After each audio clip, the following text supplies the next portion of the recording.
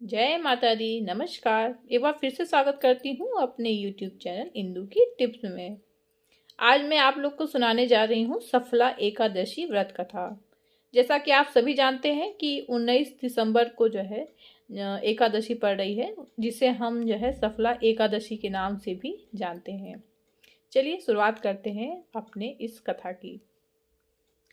महाराज युधिष्ठिर ने पूछा, हे जनार्दन, पौष कृष्ण एकादशी का क्या नाम है? उस दिन कौन से देवता का पूजन किया जाता है और उसकी क्या विधि है? कृपया आप मुझे बताएं।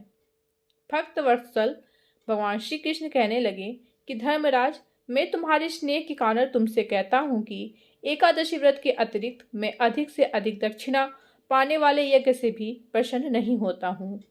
अतः इसे अत्यंत भक्ति और श्रद्धा से युक्त होकर करें। हे राजन, द्वादशी युक्त पौष कृष्ण एकादशी का महात्म्य तुम एकाग्रचित होकर सुनो। इस एकादशी का नाम सफला एकादशी है। इस एकादशी के देवता श्री नारायण है। विधि पूर्वक इस व्रत को करना चाहिए। जिस प्रकार नागों में शेष नाग, पक्षियों में गरुड़, सब ग्रहों में चंद्रमा, यज्ञों में अश्वमेध और देवताओं में भगवान विष्णु श्रेष्ठ हैं, उसी तरह सब व्रतों में एकादशी का व्रत श्रेष्ठ है। जो मनुष्य सदैव एकादशी का व्रत करते हैं वे मुझे परम प्रिय हैं। अब इस व्रत की विधि कहता हूँ। मेरी पूजा के लिए ऋतु के अनुकूल फल, नारियल, नींबू, नैवेद्य आदि 16 वस्तुओं का संग्रह करें। इस सामग्री से मेरी पूजा करने के बाद रात्रि जागरण करें। इस एकादशी के व्रत की समान यज्ञ, तीर्थ, दान, तप तथा और कोई दूसरा व्रत नहीं है। 5000 वर्ष तप करने से जो फल मिलता है उससे भी अधिक सफला एकादशी का व्रत करने से मिलता है। हे राजन, आप इस एकादशी की कथा सुनिए। चंपावती नगरी में एक महिषमान नाम का राजा राज्य करता था।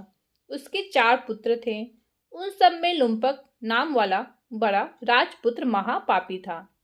वह पापी सदा पर स्त्री और वेश्यागमन तथा दूसरे बुरे कामों में अपने पिता का धन नष्ट किया करता था। सदैव ही देवता, ब्राह्मण, वैष्णवों की निंदा किया करता था। जब राजा को अपने बड़े पुत्र के ऐसे कुकर्मों का पता चला तो उन्होंने उसे अपने राज्य से निकाल दिया। तब वह विचारने लगा कि कहाँ जाऊं, क्या करूं। अंत में उसने चोरी करने का निश्चय किया। दिन में वह वन में रहता और रात्रि को अपने पिता की नगरी में चोरी करता तथा प्रजा को तंग करने और उन्हें मारने का कुकर्म करता। कुछ समय पश्चात सारी नगरी भयभीत हो गई। वह वन में रहकर पशु आदि को मारकर खाने लगा।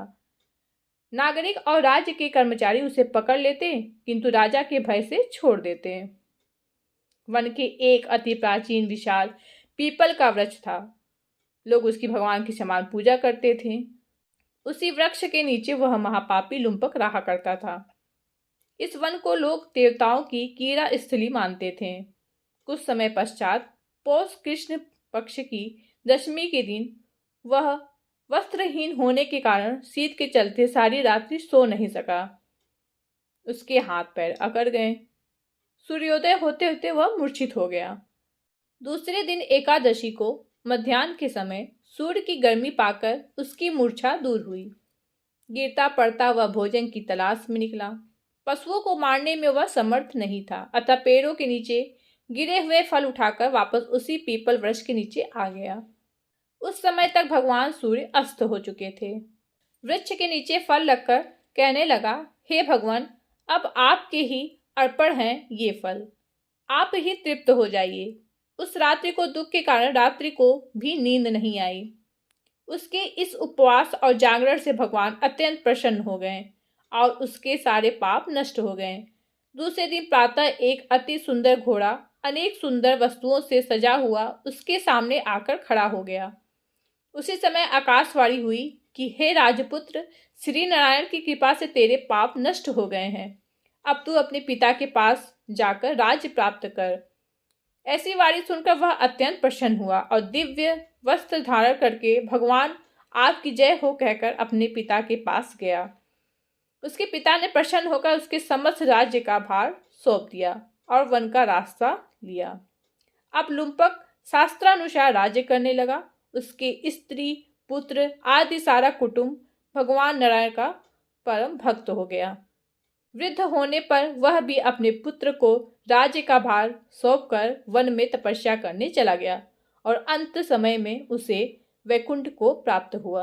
अतः जो मनुष्य इस परम पवित्र सफला एकादशी का व्रत करता है उसे अंत में मुक्ति मिलती है। जो नहीं करते हैं वे पूंछ और सींगों से रहित पशुओं के समान हैं। इस सफला एकादशी के महात्म्य को पढ़ने से अथवा श्रवण करने से मनुष्य को अश्वमेध यज्ञ का फल मिलता है। इसी के साथ ये कथा समाप्त होती है। अगर ये वीडियो अच्छी लगे तो लाइक ज़रूर करिएगा और चैनल पर अगर नए आए हैं तो सब्सक्राइब करिएगा। नमस्कार, धन्यवाद।